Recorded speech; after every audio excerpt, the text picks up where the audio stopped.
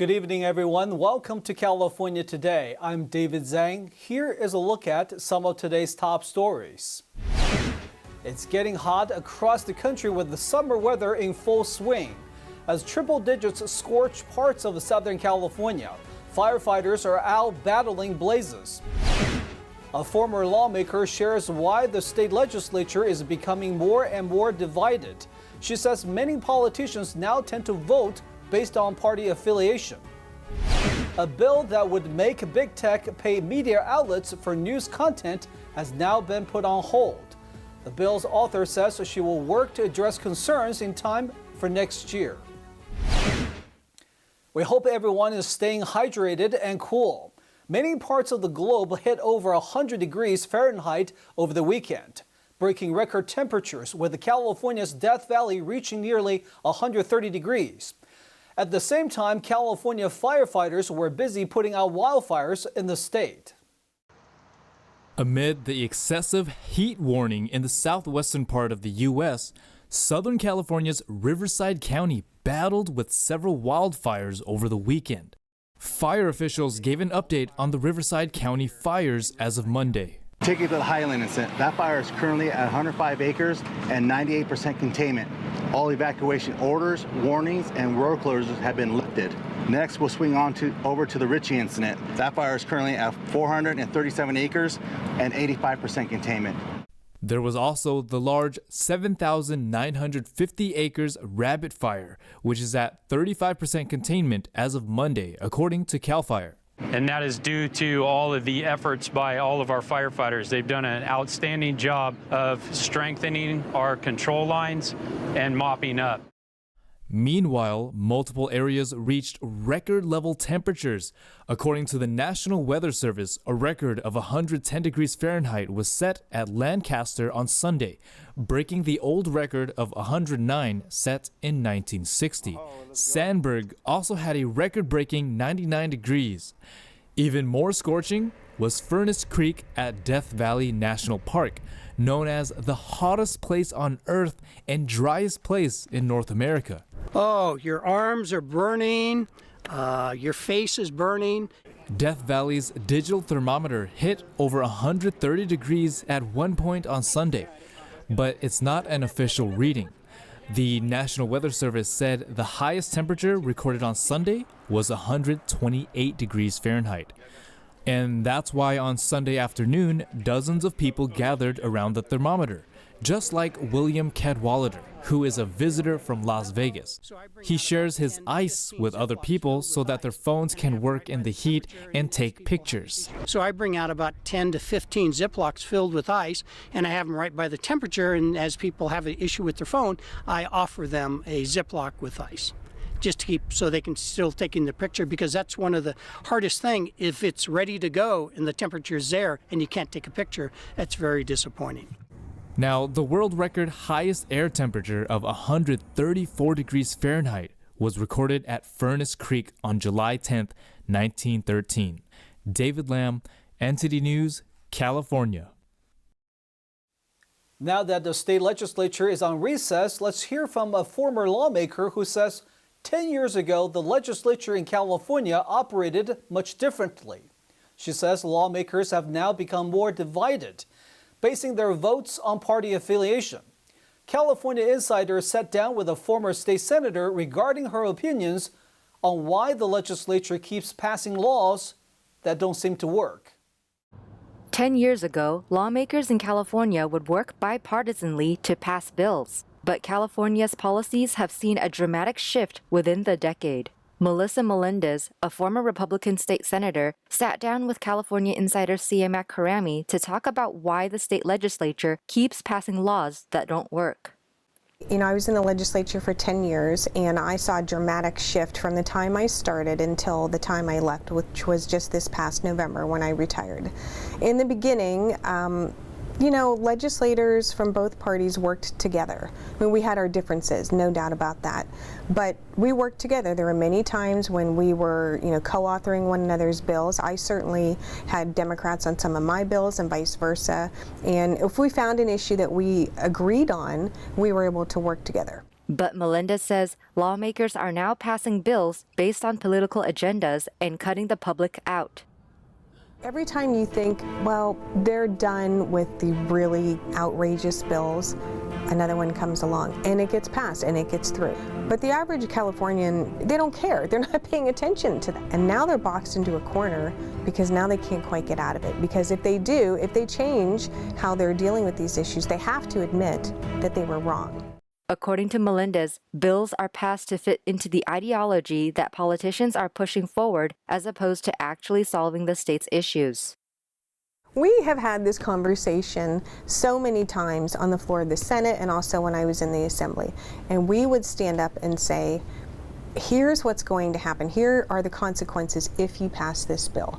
And it's always dismissed out of hand. They don't care. I don't know if it's because they don't believe it, if they think we're being hyperbolic when we're saying these things are going to happen. I really don't know. I just know that their number one goal is to get that bill passed. And sometimes, oftentimes I should say, the more pushback there is from the right, the more they want to get that bill passed because now they have something to prove.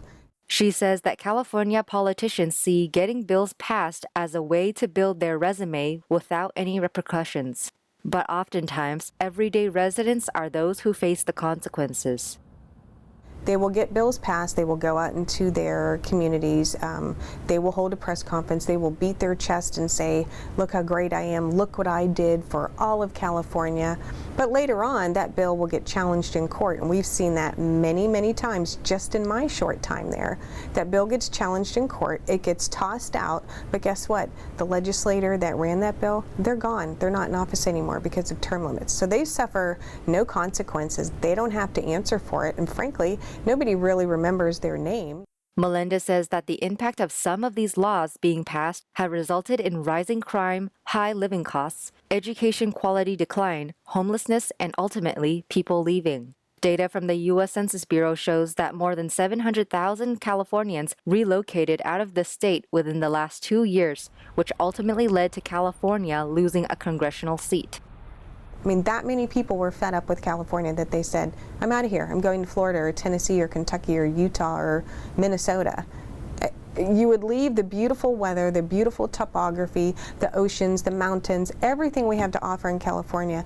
People were willing to leave that behind for a place that offers none of those things, but offered some freedom and offered them the opportunity to keep some extra money in their pocket and not soak them every time they went to fill up their gas tank or register their car or pay their taxes. She urges Californians to rethink how they are voting and to understand that many of the state's issues are coming from bad policies. What it's going to take is for California voters to change how they're voting. I mean, it is the people's government, and the only way the people's government changes how they do business is if the people make them do that. No law, that we pass is going to change how people vote, and that's what's going to happen is where Californians get to the point where they say, I just can't do this anymore. I can't take this anymore. I've got to change my way of thinking. That's what it's going to take. Melendez says that a politician's job is to listen to their constituents. She says the first step should be putting the public first and letting people express their opinions and needs and finding solutions to fix the issues that the state is facing. To watch the full program, find a California Insider on YouTube or Epic TV on the Epic Times website. Speaking of the legislature, one bill is now on hold until next year. The proposal would require tech companies to pay media outlets for posting and using news content, but it's facing some roadblocks. The bill's author says she plans to work with other lawmakers to address concerns.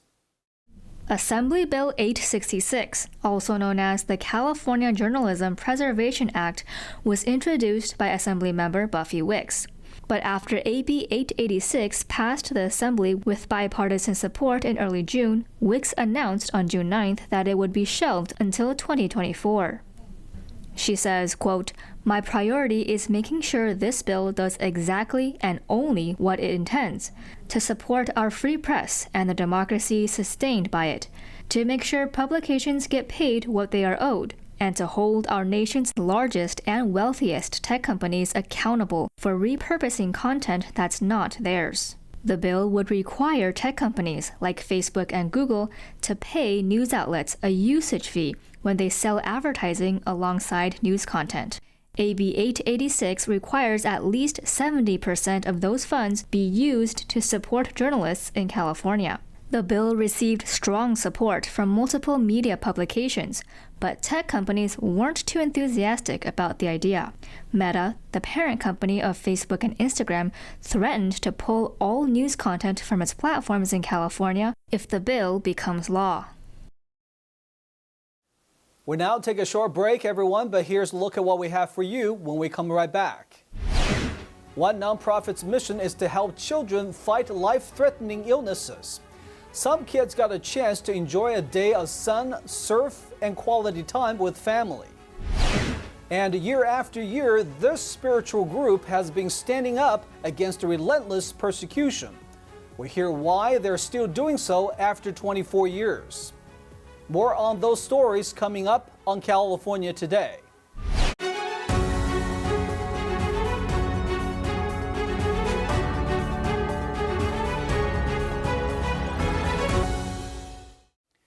Welcome back to California Today, everybody. I'm your host, David Zhang. One Southern California nonprofit organization is trying to bring miracles to kids that need it. The nonprofit offered a day of surfing and fun for children fighting a life-threatening illness. NTD's Christina Corona was on site at Boca Chica State Beach. Many critically ill children often face limitations that prevent them from engaging in activities that other kids can freely enjoy. But Miracles for Kids is giving the magic of childhood back to these ill children and creating memories that they will cherish forever.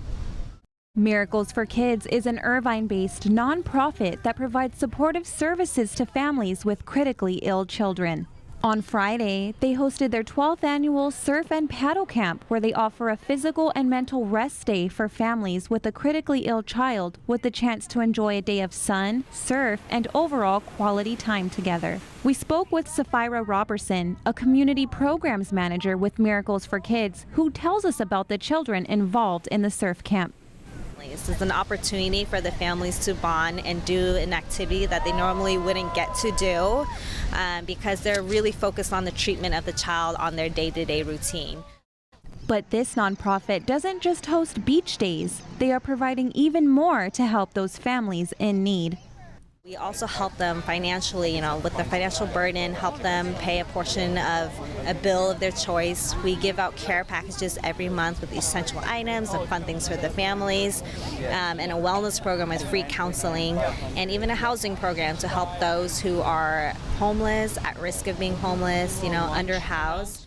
For some families, it's their first time at the beach, let alone their first time surfing. Ruby Foster, the development manager with Miracles for Kids, tells us about the safety measures they have in place for their new surfers.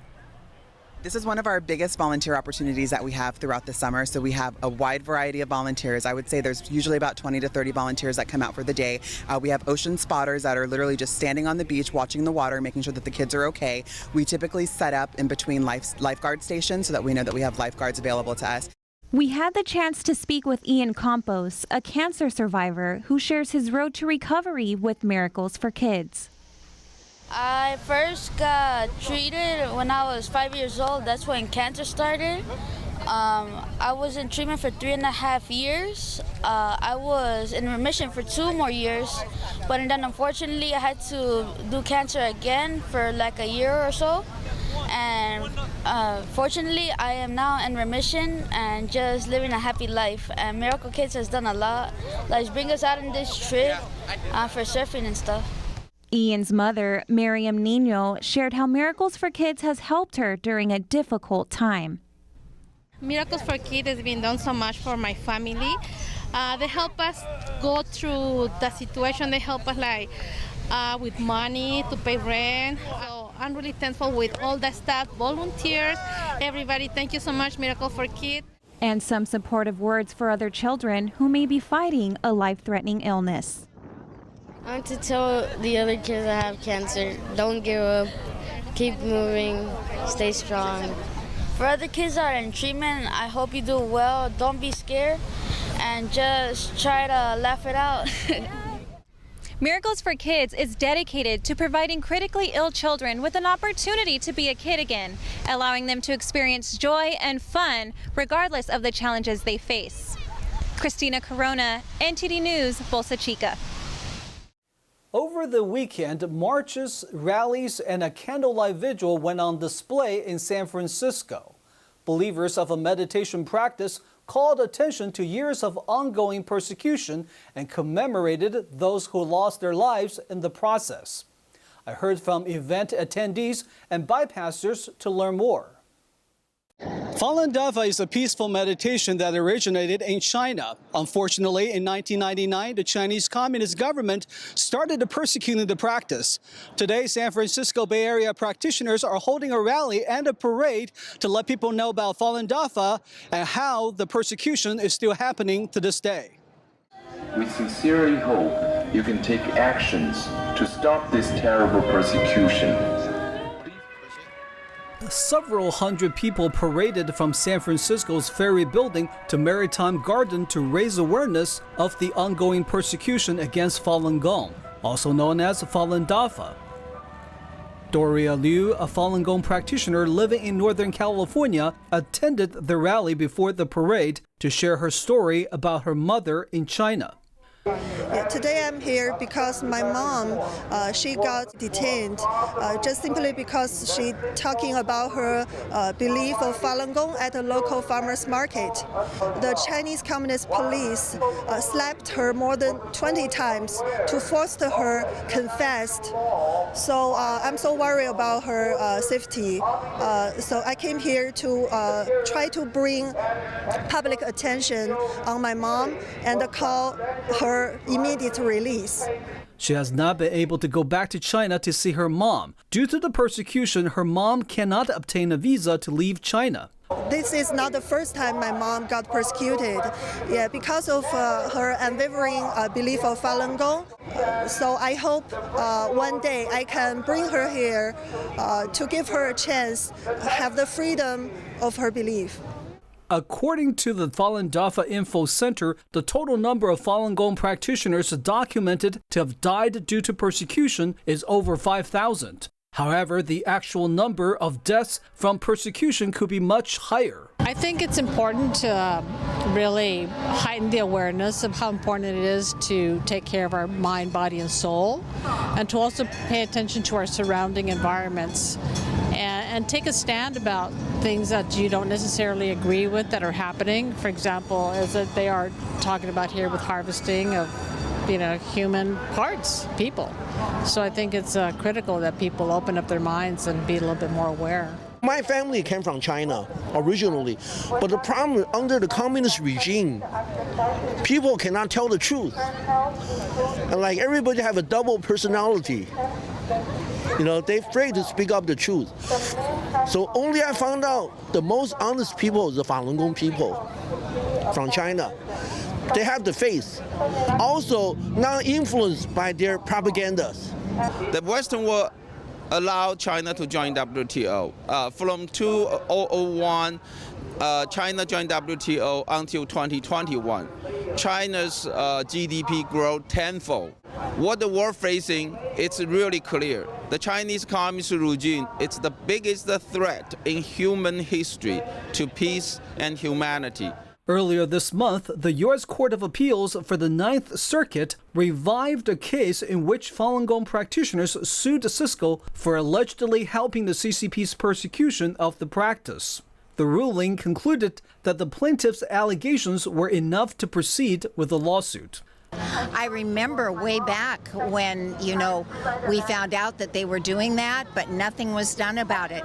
So this was such good news to know that they've overturned that ruling and they're going to look into it because they realize that they actually were complicit. Then it made a right decision and allowed the case moving forward, which means Americans are waking up. Americans are waking up to the threat from the Chinese Communist regime. Americans waking up that the infiltration of Chinese Communist regime in the United States. Bystanders and tourists watching the parade say it's good that they are making this public to let more people know. What was horrifying to know was that it was banned in China 24 years ago, and people were tortured and imprisoned, and apparently even their organs were harvested. It's just shocking to me. I heard a lot of things on medias, but know about that, and I think it can happen to everybody. And I really appreciate it. That's really good. Like, at least we can do something about it now that I know about it, right? On Sunday night, the group also held the candlelight vigil in front of the Chinese consulate. David Zhang, NTD News, San Francisco. Now let's hear from NTD's Carlos Reyes for today's sports roundup.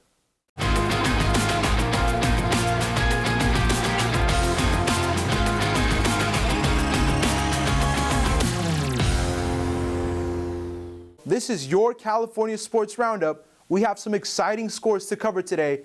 I'm Carlos Reyes.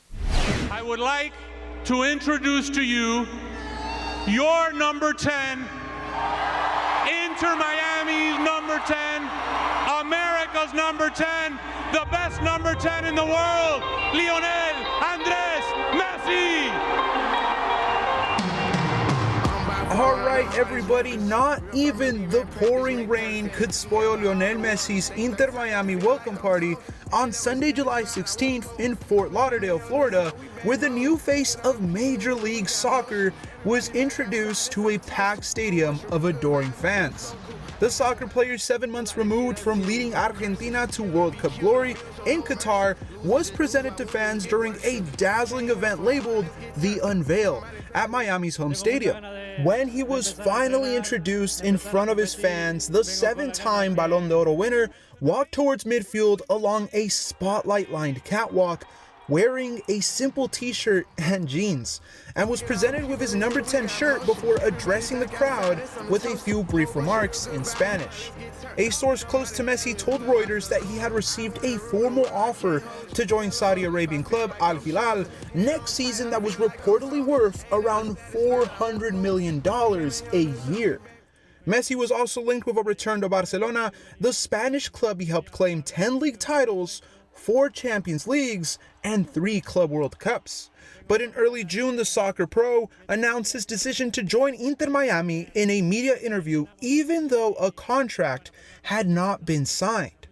Messi, age 36, was then joined on the field by his wife and 3 children, where they posed for photos before more fireworks lit up the Miami night sky.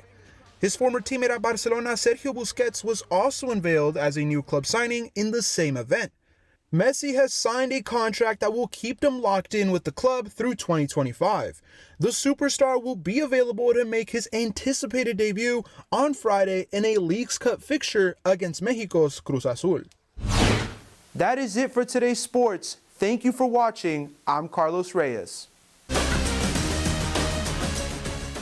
Thanks, Carlos. All right, everyone, that's all we've got for you tonight. We would like you to join us again on California Today every weekday at 8 p.m. Make sure to check out our broadcasts at ntd.com/California-today. You'll also find all of our top latest clips there, ready to share with friends and family. Send us a message on Facebook, Twitter, Instagram, Gunjing World, or through our email, california.today@ntd.com. If you'd like to share news tips or let us know how we're doing, we'd love to hear from you. I'm David Zhang. Have a wonderful evening.